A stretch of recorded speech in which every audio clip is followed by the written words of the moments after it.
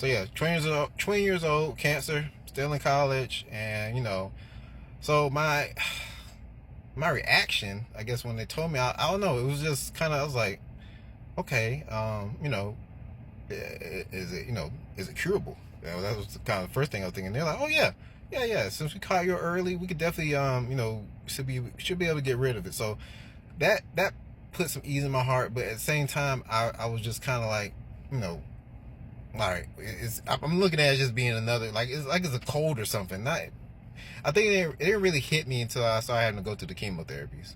But anyway, I ended up going to Duke Hospital for my chemotherapy. So the first part, well, there's two different types of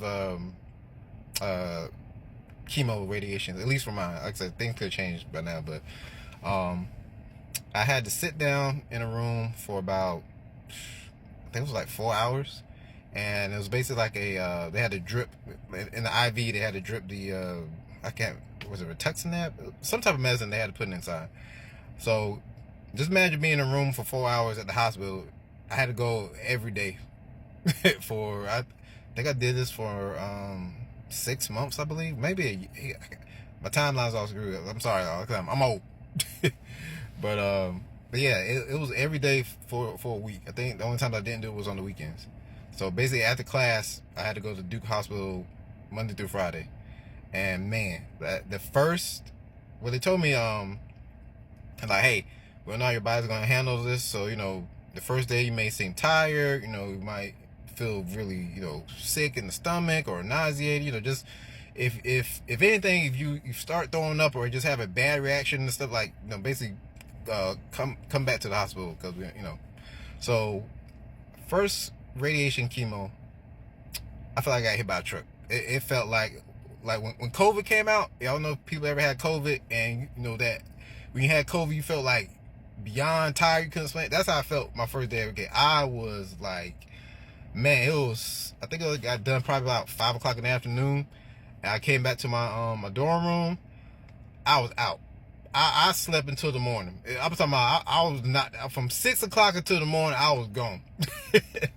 So yeah, that first day of chemo, it was rough, but over time it wasn't too bad. But after doing the IV drip, they then had to move on to the second phase of chemo, where they put I wish I could remember the names of these things, but it was like a mask, for the best. It put a mask over me.